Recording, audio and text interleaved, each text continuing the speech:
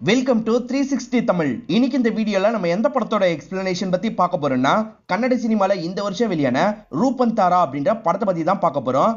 இது ஒரு hyper link crime drama படம்னு சொல்லலாம். ஸ்டார்டிங்ல இருந்து எண்டிங் வரைக்கும் சூப்பரா கொண்டு போயிருப்பாங்க. 4 கதைகள் ஒரு இடத்துல ஜாயிண்ட் ஆகிற மாதிரி தான் நமக்கு காமிச்சிருப்பாங்க. இந்த படத்தோட எக்ஸ்பிளனேஷனுக்குள்ள போறதுக்கு முன்னாடி இந்த வீடியோக்கு ஒரு லைக் போடுங்க. அது மூலியமா இந்த வீடியோ இன்னும் நிறைய பேர்கிட்ட கொண்டு போய் சேர்க்கப்படும். மேற்கொண்டு டைம் வேஸ்ட் பண்ணாம நம்ம நேரடியா படத்தோட ஃபுல் எக்ஸ்பிளனேஷனுக்குள்ள போயிடலாம். இந்த படத்தோட கதை ஃபியூச்சர்ல நடக்கிற மாதிரி தான் காட்சி பத்திருப்பாங்க. அந்த டைம்ல பொல்யூஷன் ரொம்ப அதிகமா இருக்க போல எல்லாருமே மாஸ்க் போட்டு தான் வெளியே போறாங்க. பணக்காரங்க ஆக்சிஜன் சப்ளை எல்லாம் யூஸ் பண்ணுவாங்க, ஏழைங்களால அது யூஸ் பண்ண முடியாது. இல்ல ஒரு பெரியவரை நமக்கு காட்டுறாங்க. பெரியவரா வேற ஒரு ஊருக்கு டிராவல் பண்ணி போயிட்டு இருக்காரு. அவர் கையில ஒரு சின்ன பாக்ஸ் இருக்கு. அதுக்குள்ள பட்டாம்பூச்சியா மாறுறதுக்கு முன்னாடி ஓடா இருக்கும் பாத்தீங்களா, அது இருக்கு. அது பட்டாம்பூச்சியா மாறுற மாதிரிலாம் நமக்கு சில கிளிப்பிங்ஸை காட்டுறாங்க. ஒரு நபர் ஒரு இடத்துல உட்காந்து போன் யூஸ் பண்ணிட்டு இருக்காரு. அந்த இடத்துக்கு ஒரு கார் வருது. காரே ரொம்ப வித்தியாசமா இருக்கு. காருக்குள்ள இருந்து 4-5 பேர் இறங்குறாங்க. இந்த நபரை லாக் பண்ணி இந்த நபர் யாரு என்னன்ற மாதிரிலாம் விசாரணை பண்ணிட்டு இருக்காங்க. இவரை இங்க இருந்து கிளம்பிடுறேன் அப்படின்ற மாதிரிலாம் இவங்க கிட்ட கெஞ்சி கேட்டுட்டு இருக்காரு. வந்திருக்க எல்லாருமே கொலைகாரங்க போல ஒரு கொலை பண்றதுக்காக தான் இந்த இடத்துக்கு வந்திருக்காங்க. ஒருத்தர் கன்னெல்லாம் செட் பண்ணி வச்சிட்டு இருக்காரு. இவங்க கேங்ல ஒரு சின்ன பையன் இருக்கான். இந்த மிஷன் அந்த சின்ன பையன் பண்ணட்டும் அப்படின்ற மாதிரி பாஸ் சொல்லிட்டாரு. அந்த சின்ன பையனும் குறியெல்லாம் பார்த்துட்டு இருக்கான். இவங்க குறி பார்த்துட்டு இருக்க இடத்துல ஒரு பெரியவர் நடந்து போயிட்டு இருக்காரு. ஸ்டார்டிங்ல காமிச்ச பெரியவரா இருப்பாரு. இங்க மாட்டிருக்க பையன் இருக்கான்ல, பெரியவரே இங்க வாங்கன்ற மாதிரிலாம் கூப்பிடுறான். அந்த பெரியவரும் இந்த இடத்துக்கு வந்துடுறாரு. இவங்க யாரையோ கொலை பண்றதுக்காக வந்திருக்காங்க பாத்தீங்களா, அந்த நபர் இன்னும் அந்த இடத்துக்கு வரல. அவன் வர அளவு இவங்க வெயிட் பண்ணி தான் ஆகணும்.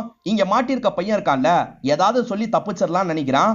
நானும் பெரியவரும் இதை பத்தி வெளியே சொல்ல மாட்டோம், சைலண்டா கிளம்பிடுறோம் அப்படின்ற மாதிரி சொல்றான். ஆனா இங்க இருக்க பாஸ் ஏத்துக்க மாட்டாரு. நில்லுங்க அப்படின்ற மாதிரிலாம் இவங்களை நிக்க வச்சிடுறாரு.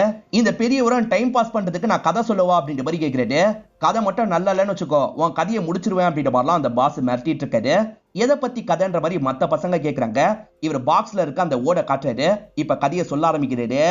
இந்த கதையில முதல்ல குருன்ற ஒரு நபரை காட்டுறாங்க. இவரை பொறுத்த வரைக்கும் ரவுடியா இருப்பாரு. இப்போ ஒரு நபர் கிட்ட காசு வாங்குறதுக்காக தான் வந்திருக்காரு. அவர் வீட்டுல இந்த பசில் இருக்கு. அந்த பசிலை எப்படி பண்றதுன்னு இவருக்கு தெரியல.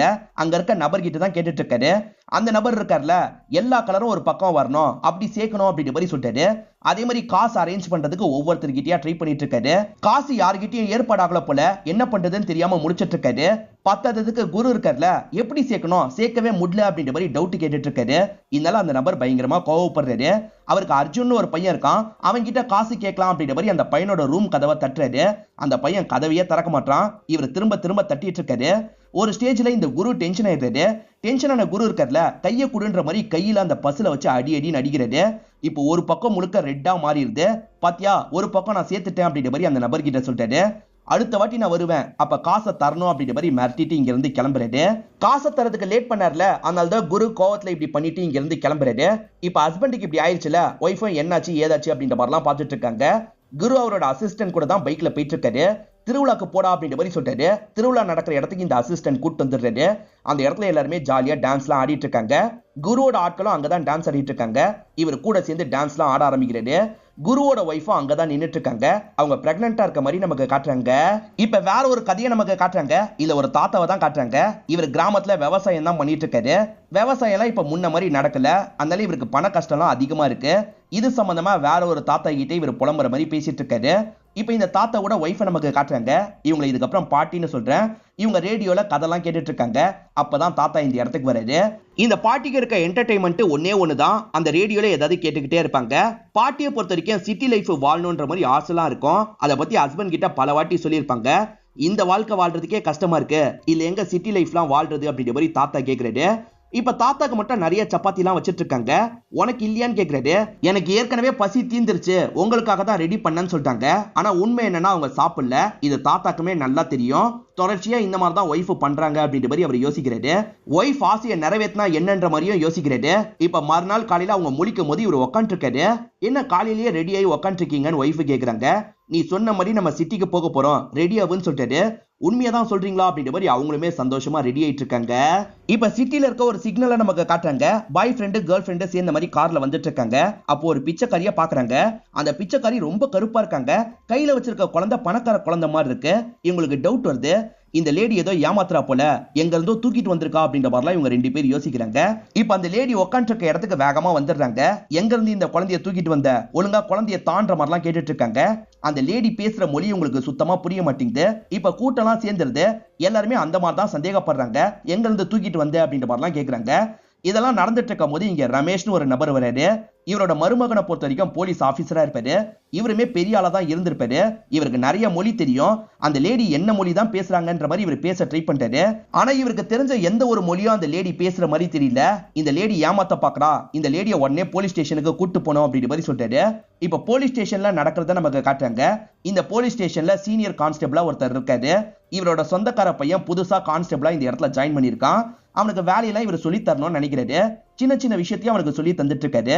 2 பேரும் ரொம்ப நேரமா உட்கார வச்சிருக்காங்க. ஏமாமா ரொம்ப நேரமா உட்கார வச்சிருக்காங்க அப்படின்ற மாதிரி அவன் கேட்கறான். 2 பேருமே மாத்தி மாத்தி இடிச்சு ஆக்சிடென்ட் பண்ணிருப்பாங்க, அதனால தான் உட்கார வச்சிருக்காங்க. இவங்களெல்லாம் பொறுமையா கூட கவனிச்சுக்கலாம் அப்படின்ற மாதிரி மாமாவோ அந்த புது பையன் கிட்ட சொல்லிட்டு இருக்காரு. இப்பதான் இன்ஸ்பெக்டர் இந்த இடத்துக்கு வராரு. இன்ஸ்பெக்டரை பார்த்து பேசுறதுக்காக இந்த இடத்துக்கு ரமேஷ் வந்துடுறாரு. நடந்த விஷயத்தை பத்தி எல்லாம் இன்ஸ்பெக்டர் கிட்ட சொல்லிட்டாரு. ரமேஷ் பெரிய ஆளோட மாமனாரு அப்படின்றது இவருக்கு தெரிய வருது. அதனால இன்ஸ்பெக்டரும் உள்ள கூப்பிட்டு பேசுறாரு. ரமேஷ் இருக்கார்ல, கண்டிப்பா அந்த லேடி ஏமாத்துறா, நீங்க வந்து விசாரிங்க அப்படின்ற மாதிரிலாம் சொல்லிட்டாரு.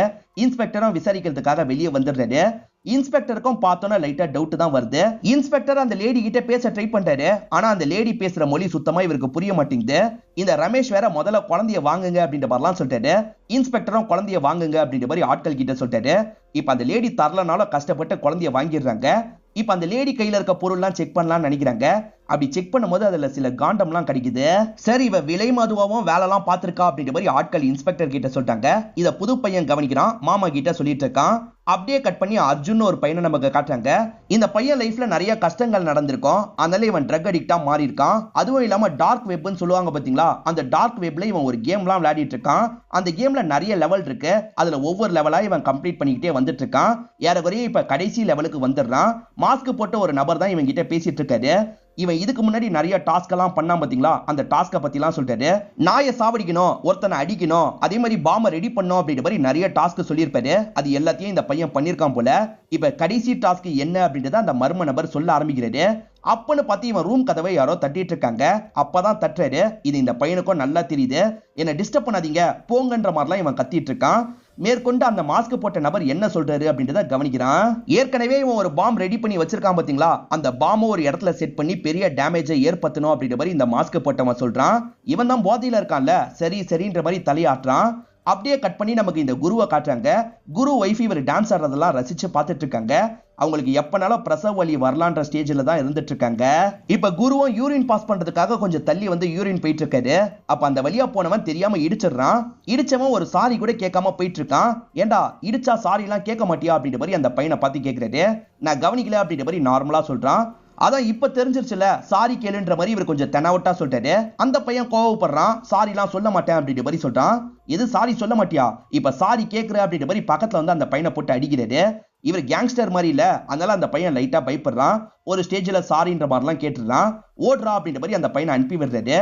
கொஞ்ச தூரம் போனவன் ஏதோ ஒரு பொருளை வச்சு இவரோட மண்டிலேயே அடிச்சிடறான். ஏண்டா உனக்கு அவ்வளவு திமிரா அப்படின்ற மாதிரி அந்த பையனை துரத்த ஆரம்பிக்கிறாரு. அந்த பையன் ரொம்ப டிஸ்டன்ஸ்ல ஓடுவான். ஒரு ஸ்டேஜ்ல திடீர்னு காணாம போயிடுறான். அதுக்குள்ள எங்க போனா அப்படின்ற மாதிரி இவரு யோசிச்சுட்டு இருக்காரு. அந்த பையனும் அவனோட வீட்டுக்கு வந்து சேர்ந்துடுறான். நல்ல வேலை தப்பிச்சோம் அப்படின்ற மாதிரிலாம் யோசிக்கிறான். இப்ப தாகம் எடுக்குதுல, அதனால தண்ணியை குடிச்சிட்டு இருக்கான். அப்பன்னு பார்த்து யாரோ கதவை திறக்கிறாங்க. யார் திறக்கிறான்னு திரும்பி பார்த்தா குரு தான் அந்த இடத்துக்கு வந்திருக்காரு. எப்படியோ கண்டுபிடிச்சு இவன் வீட்டுக்கு வந்திருக்காரு போல. இவன் பார்த்து செம்மையா பயந்துட்டு இருக்கான். குருக்கும் தாகம் எடுக்குது, தண்ணியெல்லாம் குடிச்சிட்டு இருக்காரு. அவன் பயத்துல என்ன பண்றான்னா ஒரு கத்தி எடுக்கிறான். என்னடா பண்ற, கத்தியை கீழே இறக்கு அப்படின்ற மாதிரி சொல்லிட்டாரு. இல்ல நீங்க முதல்ல கிளம்புங்க அப்படின்ற மாதிரிலாம் அவன் சொல்லிட்டு இருக்கான். முதல்ல கத்தியை கீழே வையின்ற மாதிரி பக்கத்துல போயிட்டு இருக்காரு. அவன் பயத்துல கொஞ்சம் அசைஞ்சிருப்பான். தெரியாதனமா குருவோட கையில கீறல் ஏற்பட்டுருது. இதனால குரு இன்னும் டென்ஷன் ஆயிடுறாரு. ஏண்டா என்னைய வெட்டிட்டல, உன்னை விட மாட்டேன் அப்படின்ற மாதிரி சண்டை போடுறாரு. மாத்தி மாத்தி பயங்கரமா சண்டை போட்டுட்டு இருக்காங்க. குரு திடீர்னு காணாம போயிட்டார்ல, ஹஸ்பண்ட் எங்க போனாரு அப்படின்ற மாதிரி ஒய்ஃப் தேடிட்டு இருக்காங்க. என்னை விட்டு எங்கேயும் போகாதீங்கன்னு சொல்லியிருப்பாங்க. இவரும் சரின்ற மாதிரி சொல்லியிருப்பாரு. அதுக்குள்ள இந்த பையன் கூட பிரச்சனை ஏற்பட்டுச்சுல, அதனாலதான் இந்த பையன் கூட சண்டை போட்டுட்டு இருக்காரு.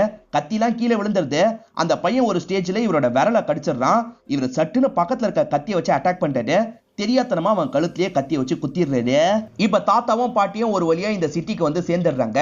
இப்ப ஹோட்டலுக்கு வந்தவங்க அவங்க எடுத்துட்டு வந்திருக்க சாப்பாடை சாப்பிடலான்ற மாதிரி எடுத்து வச்சிட்டு இருக்காங்க. இத ஓனர் பாக்குறாரு. உங்க சாப்பாடுலாம் இங்க சாப்பிடக்கூடாது, கிளம்புங்க அப்படின்ற மாதிரி சொல்லிட்டாரு. ஹஸ்பண்ட் கிளம்புறதுக்காக வாசலுக்கு வந்துடுறாரு. ஒய்ஃப் நான் ரெஸ்ட் ரூம் மட்டும் யூஸ் பண்ணிட்டு வந்துடுறேன் அப்படின்ற மாதிரி ரெஸ்ட் ரூம்குள்ள போறாங்க. போனவங்க திடீர்னு வலிக்கு விழுந்துடுறாங்க போல. உங்க ஒய்ஃப் விழுந்த மாதிரி சவுண்ட் கேக்குது, என்ன ஏதுன்னு பாருங்கன்ற மாதிரி ஓனர் சொல்லிட்டாரு. பார்த்தா அவங்க மயங்கி தான் விழுந்திருக்காங்க. என்னாச்சு ஏதாச்சுன்னு எல்லாருமே பாக்குறாங்க. இப்ப அந்த இடத்துக்கு ஆம்புலன்ஸ் வர வச்சிடுறாங்க. இப்ப தாத்தா இருக்காரு பாத்தீங்களா, பாட்டி அந்த இடத்துக்கு கூட்டு வந்துடுறாரு. ட்ரீட்மெண்ட் கொடுக்கறதுக்கு பாட்டியை உள்ள கூட்டு போயிடுறாங்க. நீங்க பில்ல செட்டில் பண்ணுங்க அப்படின்ற மாதிரி ஒரு நர்ஸ் சொல்றாங்க. இவரும் பில்ல செட்டில் பண்றதுக்காக வராரு. அதுல என்ன எழுதி இருக்குன்னு கூட இவருக்கு சரியா தெரியல. கவுண்டருக்கு வந்ததுக்கு அப்புறம் தான் 2500 ரூபாய் தரணும்ன்றது இவருக்கு தெரிய வருது. அவ்வளவு காசுலாம் இவர்கிட்ட இல்ல. காசுக்கு என்ன பண்றது அப்படின்ற மாதிரி பயங்கரமா யோசிக்கிறாரு. நீங்க தள்ளி போங்க, அடுத்தவங்களை பார்க்கணும் அப்படின்ற மாதிரி அந்த பையன் சொல்லிடுறான். இப்ப நர்ஸ் இருக்காங்கல்ல, இது உங்க ஒய்ஃபோட நகை, கரெக்டா இருக்கா பாருங்க அப்படின்ற மாதிரி சொல்றாங்க. இததான் விக்கணும் அப்படின்ற மாதிரி இவரும் இந்த இடத்துல யோசிச்சுட்டு இருக்காரு. இப்ப இன்ஸ்பெக்டர் இருக்காரு பாத்தீங்களா, ரமேஷை உட்கார வச்சு பேசிட்டு இருக்காரு. நீங்க சாரோட மாமனார்னு எனக்கு தெரியும், சாரோட பர்சனல் நம்பர் இல்ல, நீங்க சொன்னா நல்லா இருக்கும் அப்படின்ற மாதிரி கேக்குறாரு. அதுக்கு ரமேஷ் இருக்கார்ல, இப்ப அவர் பிஸியா இருப்பாரு, கால் பண்ண வேணாம்னு சொல்லிட்டாரு. நான் கால்லாம் பண்ண மாட்டேன், சேவ் மட்டும் பண்ணிக்கிறேன், நம்பர் சொல்லுங்கன்னு கேக்குறாரு. இதனால ரமேஷும் நம்பரை சொல்லிடுறாரு. சொன்னா அவர் டைப் பண்ணி தெரியாம கால் பண்ண மாதிரி நடிக்கிறாரு. தெரியாம கால் போயிருச்சு, மன்னிச்சிருங்க அப்படின்ற மாதிரிலாம் சொல்லிட்டாரு. இப்ப அந்த மருமக கால் அட்டன் பண்ணிடுறாரு போல. உங்க மாமனார் இங்கதான் இருக்காரு, ஒரு வேலை விஷயமா வந்தாரு, நான் பாத்துக்கிறேன் அப்படின்ற மாதிரிலாம் பேசுறாரு. நீங்க பேசுங்க அப்படின்ற மாதிரி மாமனார் கிட்ட போனை தந்துடுறாரு. ஒன்னும் இல்ல மாப்பிள, சின்ன பிரச்சனை தான், நான் பாத்துக்கிறேன் அப்படின்ற மாதிரி மாமனார் சொல்லிட்டு இருக்காரு. இப்ப திரும்பி இன்ஸ்பெக்டர் கிட்ட போனை தந்துடுறாரு.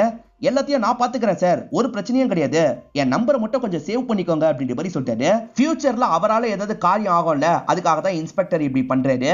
இது ரமேஷ்க்குமே தெளிவா தெரியுது. ஹாஸ்பிட்டல்ல குழந்தைக்கான லிஸ்ட் எல்லாம் இவங்க எடுத்திருப்பாங்க. அந்த லிஸ்ட் எடுத்துட்டு வந்து அசிஸ்டன்ட் தராரு. அதுல பர்த் மார்க்கை வச்சு இவங்க செக் பண்றாங்க. இந்த குழந்தை கூட கம்பேர் பண்ணி பார்க்கும்போது மேட்சே ஆக மாட்டேங்குது. சரி, மத்த ஸ்டேட்ல இருக்க லிஸ்ட் எல்லாம் வாங்கிட்டு வா அப்படின்ற மாதிரி சொல்றாரு. ஒரு லேடியை புடிச்சு வச்சிருக்காங்கல்ல, அந்த லேடி டீ காஃபின்னு எதையுமே குடிக்க மாட்டாங்க.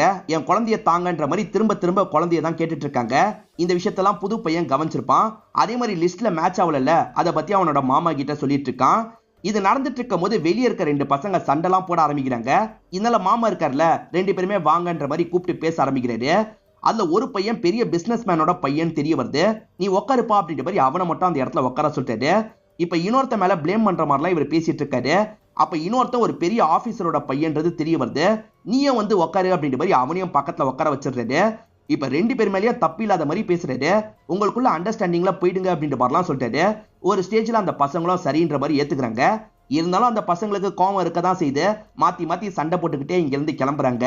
இந்த மாதிரி ஆளுக்கு ஏத்த மாதிரி நடந்துக்கணும் அப்படின்ற மாதிரி மாமா சொல்லிட்டாரு. இந்த பையனும் சரின்ற மாதிரிலாம் கேட்டுக்கிறான். இப்ப வேற ஸ்டேட் லிஸ்ட் வந்துருது. அது கூடயே இந்த குழந்தை மேட்ச் ஆக மாட்டேங்குது. மாமா இருக்கார்ல, எவனாவது ஒருத்தன் இந்த லேடி கூட தப்பா நடந்திருப்பான், அதனால பிறந்த குழந்தையா இருக்கும், இந்த லேடியோட குழந்தையா தான் இருக்கும்னு சொல்லிட்டாரு.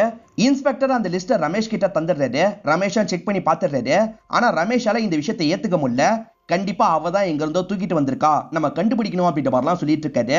ரமேஷ்க்கு ஆதரவா இந்த இன்ஸ்பெக்டர் பேசி ஆகணும்ல. நீங்க சொல்றது சரிதான் சார், அந்த லேடியை நான் விட மாட்டேன், அந்த லேடி கிட்ட இருந்தே உண்மையை வாங்குறேன், நீங்க கவலைப்படாம போயிட்டு வாங்க அப்படின்ற மாதிரி இவருக்கு ஏத்த மாதிரி பேசுறாரு. சரி, நான் நடுவுல வருவேன்ற மாதிரி ரமேஷ் கிளம்புறாரு. அந்த பாம ஒரு முக்கியமான இடத்துல வைக்க சொல்லி அந்த மாஸ்க் மேன் சொல்லியிருப்பான். அதனால அர்ஜுன் லைட்டா தயங்குறான்னு புரிஞ்சோன்னா அந்த மாஸ்க் மேன் இருக்கான் பாத்தீங்களா, இவனோட பாஸ்ட பத்தி எல்லாம் சொல்ல ஆரம்பிக்கிறான். இவன் பாஸ்ட்ல நிறைய கொடுமையெல்லாம் அனுபவிச்சிருப்பான். பேரண்ட்ஸ் அடிப்பாங்கல்ல, அந்த மாதிரி நிறைய கொடுமையை தான் இந்த பையன் அனுபவிச்சிருப்பான். இத பத்தி பேச ஆரம்பிச்சோன்னா இவன் பண்றன்ற மாதிரி ஏத்துக்கிறான். இப்பதான் ரூமை விட்டு வெளியே வரான். பேரண்ட்ஸ் இப்பதான் உனக்கு வர தோணுச்சா, வந்து சாப்பிடு அப்படின்ற மாதிரிலாம் சொல்றாங்க. இவன் கண்டுக்காம கிளம்பிடுறான். அந்த மாஸ்க் மேனு எங்க பாம் வைக்க சொன்னான்னு தெரியல. இவனும் அந்த இடத்துல வைக்கிறதுக்காக நடந்து போயிட்டு இருக்கான். அப்படி போயிட்டு இருக்கும் போது இவனுக்கு சில ஞாபகம்லாம் வருது. சின்ன வயசுல இவனை சங்கிலியில லாக் பண்ணி எல்லாம் வச்சிருப்பாங்க போல. அதெல்லாம் தோன்றதுனால இவன் ரொம்ப பயப்படுறான். இப்ப டேப்லெட் எல்லாம் போட்டுட்டு மேற்கொண்டு நடக்கிறான். இப்ப பாட்டி கண் முழிச்சிடுறாங்க. பாட்டியை ஒரு இடத்துக்கு கூட்டு வந்து நர்சுங்க எல்லாம் படுக்க வச்சிடுறாங்க. இப்ப இவருமே பாட்டி கிட்ட பேசுறதுக்காக வந்துடுறாரு. பாட்டி எவ்வளவு செலவாச்சுன்னு கேக்குறாங்க. இவரும் செலவை பத்தி சொல்றாரு. ஏதோ அவ்வளவு செலவா அப்படின்ற மாதிரி பாட்டி ஷாக் ஆகுறாங்க. இப்பதான் தாத்தாவை டாக்டர் பேசணும் அப்படின்ற மாதிரி வர சொல்லியிருக்காங்க. இவருமே டாக்டர் கிட்ட பேசுறதுக்காக அந்த இடத்துக்கு வந்துடுறாரு. பாட்டிக்கு ஒரு சீரியஸான ப்ராப்ளம் இருக்கிறத இப்பதான் கண்டுபிடிச்சிருக்காங்க. இந்த ப்ராப்ளத்துக்கு உடனே ட்ரீட்மெண்ட் ஆரம்பிக்கணும், இவ்வளவு காசு செலவாகும், உங்ககிட்ட இருக்கான்ற மாதிரிலாம் கேக்குறாங்க. இவர் முழிக்கிறத வச்சு அவ்வளவு காசு இவர்கிட்ட இல்லன்றத அந்த டாக்டர் லேடி புரிஞ்சுக்கிறாங்க. மீதி காசை பே பண்ணிட்டு சீக்கிரமா கூட்டு போங்க அப்படின்ற மாதிரி இங்க இருந்து கிளம்பிடுறாங்க. இப்ப இவருமே ஒய்ஃபை பாக்குறதுக்காக அந்த இடத்துக்கு வராரு. இவர் போன கேப்ல நர்ஸ் இருக்காங்கல்ல, இவங்களோட ப்ராப்ளத்தை பத்தி சொல்லியிருப்பாங்க. இது தெரிஞ்சு ஒய்ஃப் எனக்கு இந்த ப்ராப்ளம் தானேன்னு கேக்குறாங்க. அதெல்லாம் ஒண்ணும் இல்லைன்ற மாதிரி இவர் சமாளிச்சிட்டு இருக்காரு. பக்கத்துல இருக்க லேடி சாவு பயத்தினால கத்திட்டு இருக்காங்க. அதை இந்த பாட்டி பாக்குறாங்க. என்னால இதுக்கப்புறம் இங்க இருக்க முடியாது, தயவு செஞ்சு என்ன கூட்டு போங்கன்ற மாதிரிலாம் ஹஸ்பண்ட் கிட்ட பேசிட்டு இருக்காங்க. அப்படியே கட் பண்ணி நமக்கு குருவை காட்டுறாங்க. இப்ப குருவும் மயக்கத்துல இருந்து கண்முடிக்கிறாரு. இவர் கத்தியால குத்துன மாதிரி காமிச்சிருப்பாங்க. அதுல அந்த பையன் இறந்தே போயிருக்கான். இறந்து போயிட்டானே அப்படின்ற மாதிரி இவரும் பயங்கரமா ஃபீல் பண்ணிட்டாரு. இவர் கை வேற அவனோட வாயில மாட்டிருக்கு. எடுக்கிறதுக்கு ட்ரை பண்றாரு, அது வரவே மாட்டேங்குது. ரொம்ப கஷ்டப்பட்டுட்டு இருக்காரு. அப்படியே கட் பண்ணி தாத்தா பாட்டியை நமக்கு காட்டுறாங்க. மீதி காசு இவங்க கிட்ட இல்ல போல, அதனால சைலண்டா தப்பிச்சிடலாம்னு யோசிக்கிறாங்க. யாருக்குமே சொல்லாம இவங்க சைலண்டா அங்க இருந்து கிளம்பிடுறாங்க. பாட்டி சுத்தி பார்க்கணும்னு ஆசைப்பட்டாங்க பாத்தீங்களா, அதனால ஹஸ்பண்ட் கூட சேர்ந்த மாதிரி இவங்க நிறைய பகுதியை சுத்தி எல்லாம் பாக்குறாங்க.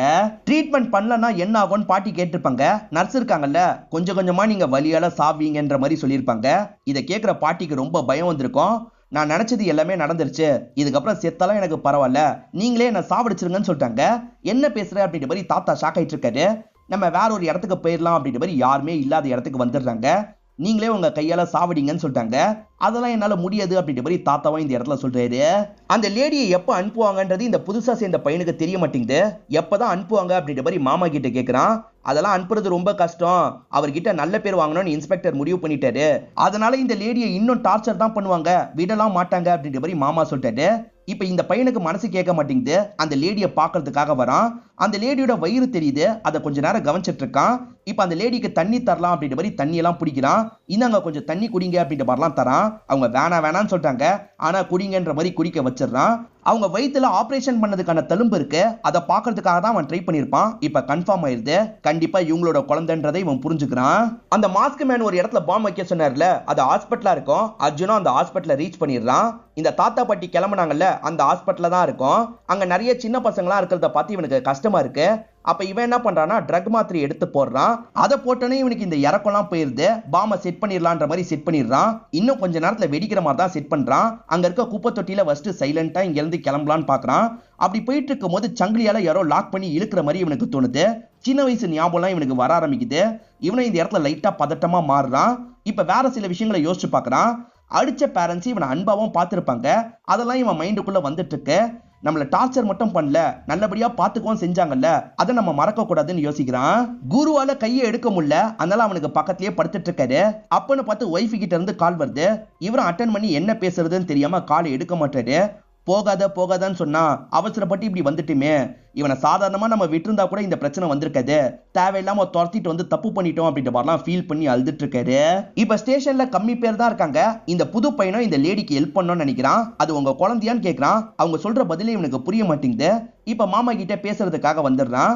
அவங்களுக்கு பாத்ரூம் வருது போல, நான் ரெஸ்ட் ரூம்க்கு கூட்டு போவான்னு கேட்கிறான். சரி பார்த்து கூட்டு போயிட்டு கூட்டுவான்ற மாதிரி சொல்றாரு. இவன் இருக்கான்ல, வாங்கன்ற மாதிரி ஒரு இடத்துக்கு கூட்டு வரான். ரெஸ்ட் ரூம்க்கு கூட்டு வராம பின்வாசல் வழியா இவங்களை வெளியே அனுப்புறான். அந்த லேடிக்கு ஒண்ணுமே புரிய மாட்டேங்குது. நீங்க இங்கே இருங்க, நான் குழந்தையோட வந்துடுறேன் அப்படின்ற மாதிரி இவன் சைலண்டா உள்ள போறான். மாமா பார்த்தா கூட தடுக்க வாய்ப்பு இருக்குல்ல, அதனால இவன் மாமாக்கு தெரியாம பொறுமையா வரான். அந்த இடத்துல இருக்க குழந்தைய தூக்கிடுறான். அப்படியே கட் பண்ணி அர்ஜுனை நமக்கு காட்டுறாங்க. அர்ஜுனோட மனசு மாறிடுது. மத்தவங்க சாவறதுக்கு நம்ம காரணமா இருக்க கூடாது அப்படின்ற மாதிரி யோசிக்கிறான். அந்த பாம்பு வெடிக்கிறதுக்குள்ள அதை தூக்கிட்டு போகணுன்ற மாதிரி வேகமா தூக்கிட்டு ஓடிட்டு இருக்கான். கூட்டமே இல்லாத பகுதியை நோக்கி ஓடணும் அப்படின்ற மாதிரி தான் ஓடி வந்துட்டு இருக்கான். வழியில தான் எல்லாருமே டான்ஸ் ஆடிட்டு இருக்காங்க. அவங்கள தாண்டி போறான். அப்ப தெரியாதனமா குருவோட ஆட்களை இடிச்சிடறான். குருவோட ஆட்களும் கோவப்பட்டு இவனை துரத்திட்டு இருக்காங்க. இவனை ஓடி ஓடி சிட்டி அவுட்டர் இருக்கு பாத்தீங்களா, அந்த பகுதிக்கு வந்துடுறான். இன்னும் கொஞ்ச நேரத்துல அந்த பாம்பு வெடிய போகுது. இதெல்லாம் குருவோட ஆட்களுக்கு தெரியாதுல்ல, மாட்டின அப்படின்ற மாதிரி அந்த பையனை பார்த்து சொல்லிட்டு இருக்காங்க. இவன் சுத்தமா பயப்பட மாட்டான். அவங்கள லைட்டா சிரிச்சுக்கிட்டே பார்த்துட்டு இருக்கான். கொஞ்சம் கொஞ்சமா சாவறதுல ஒய்ஃப்க்கு விருப்பம் இல்லைன்றத ஹஸ்பண்ட் புரிஞ்சுக்கிறாரு. இருந்தாலும் நம்ம கையால எப்படி சாவடிக்கிறது அப்படின்ற மாதிரி இவருக்கு தயக்கமா இருக்கு. இப்ப கல்ல தூக்கிட்டு வந்து போட பாக்குறாரு, மனசு வர மாட்டேங்குது. இவர் பயப்படுறத ஒய்ஃபுமே புரிஞ்சுக்கிறாங்க. என் பேக் இருக்குல்ல, அதை எடுத்துட்டு வாங்க அப்படின்ற மாதிரிலாம் சொல்றாங்க. இவருமே பக்கத்துல போய் அந்த பேக் எல்லாம் எடுத்துட்டு வராரு. இந்த புதுசா சேர்ந்த பையன் இருக்கான் பாத்தீங்களா, அந்த குழந்தைய தூக்கிட்டு பின்வாசல் வழியா வெளியே வந்துடுறான். அந்த லேடி கிட்ட குழந்தைய தந்துடுறான். அவங்க பாட்டுக்கு நின்னுட்டு இருக்காங்க. இங்க நிக்காத, மாட்டிக்க போற, கிளம்பு கிளம்பு அப்படின்ற மாதிரி சொல்றான். ரொம்ப நேரம் அந்த லேடிக்கு புரிய மாட்டேங்குது. அதுக்கப்புறம் தான் இங்க இருந்து போக சொல்றான்னு புரியுது. சரி போயிடலாம் அப்படின்ற மாதிரி வேகமா இங்க இருந்து போயிடுறாங்க. பெரியவரும் அந்த பேக் எடுத்துட்டு வந்துடுறாரு. அதுல இருக்க அவங்களோட சாரியை தான் எடுக்கிறாங்க. ஒரு சுருக்கு மாதிரி போட்டுறாங்க. இதை இழுங்கன்ற மாதிரி ஹஸ்பண்ட் கிட்ட சொல்றாங்க. இதுக்குமே அவர் பயங்கரமா கஷ்டப்படுறாரு. அதுக்கப்புறம் இவர் கஷ்டப்பட்டு இழுக்கிறாரு. ஒரு ஸ்டேஜ்ல அவங்க கதை முடிஞ்சிருது. இவருமே சோகமா அந்த இடத்தை விட்டு கிளம்ப ஆரம்பிக்கிறாரு. அதே மாதிரி இந்த லேடி இருக்காங்கல்ல, குழந்தைய தூக்கிட்டு நடந்து போயிட்டு இருக்காங்க. குருவும் இப்படி பண்ணியிருந்தா எப்படி இருந்திருக்கும் அப்படின்ற மாதிரி யோசிக்கிறாரு. அந்த பையன் இடிச்சுட்டு போனான் பாத்தீங்களா, தெரியாம தான் இடிச்சன்ற மாதிரி சொல்லியிருப்பான். சரி பரவாயில்ல போன்ற மாதிரி இவர் விட்டுருந்தா என்ன இருக்கும் அப்படின்ற மாதிரிலாம் யோசிச்சு பார்த்துட்டு இருக்காரு. அப்படியே கட் பண்ணி இந்த லேடியை நமக்கு காட்டுறாங்க. இவங்க வந்துட்டு இருக்க வழியில தான் அந்த திருவிழா நடந்துட்டு இருக்கு. அந்த திருவிழால எல்லாருமே டான்ஸ் ஆடுறத பார்த்துட்டு இருக்காங்க. ஒரு ஸ்டேஜ்ல இவங்களுமே குழந்தைய தூக்கி டான்ஸ்லாம் ஆடிட்டு இருக்காங்க.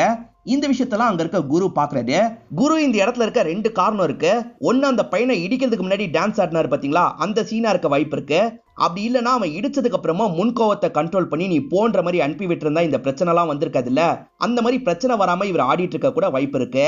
பெரியவர் பாட்டியை கொண்டு சுவாகமா நடந்து போனார்ல, இந்த டான்ஸ் ஆடிட்டு இருக்க இடத்த கிராஸ் பண்ணி தான் போயிட்டு இருக்காரு. அதே மாதிரி அர்ஜுனை இந்த 3 ஆட்கள் துரத்திட்டு வந்திருப்பாங்க. இவன் சிரிக்க வேற செய்யறான்ல, ஏன்டா சிரிக்கிற அப்படின்ற மாதிரிலாம் கேட்டுட்டு இருக்காங்க. உங்களுக்கே புரியும்ன்ற மாதிரி அவன் சொல்றான். பாம் வெடிச்சிருது. வாழ்க்கைய பத்தி சொல்ற மாதிரி தானே இந்த கதையே இருக்கு. இந்த கதையை கேட்கிற எல்லாருமே பயங்கரமா ஃபீல் பண்ணிட்டு இருக்காங்க.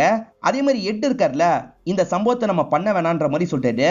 எட்டி கெட்டவரு, ஆனா இந்த கதையை கேட்டு அவரோட மனசு கொஞ்சம் மாறி இருக்கு அப்படின்ற மாதிரி நமக்கு காட்டுறாங்க. இப்ப பெரியவர் அவரோட திங்ஸ் எல்லாம் எடுத்துட்டு கிளம்பலாம்னு நினைக்கிறாரு. இந்த பாஸ் இருக்கார்ல, இப்படிதான் போற வர இடத்துல எல்லாம் கதை சொல்லிட்டு சுத்திட்டு இருக்கீங்களா, என்னதான் பண்றீங்க அப்படின்ற மாதிரி கேட்கிறாரு. அதுக்கு இந்த பெரியவர் இருக்காரு பாத்தீங்களா, ஓடுல இருந்து பட்டாம்பூச்சியா மாறுற ப்ராசஸ்ல இருக்கேன், வேற எதுவும் கிடையாது அப்படின்ற மாதிரி இங்க இருந்து நடக்கிறாரு. இந்த பாஸ் இருக்காருல, நடந்து போற அந்த பெரியவரையும் கையில இருக்க ஓடியும் மாத்தி மாத்தி பார்த்துட்டு இருக்காரு. இதோடயே இந்த படத்தை நமக்கு முடிச்சிடுறாங்க. இந்த படம் உங்க எல்லாருக்குமே பிடிச்சிருக்கோம் நம்புறேன். இந்த வீடியோ உங்களுக்கு பிடிச்சிருந்ததுன்னா லைக் பண்ணுங்க, கமெண்ட் பண்ணுங்க, மறக்காம 360 தமிழ் சேனலை சப்ஸ்கிரைப் பண்ணுங்க. தொடர்ச்சியா இந்த மாதிரி வீடியோக்கள் வந்துகிட்டே தான் இருக்கும்.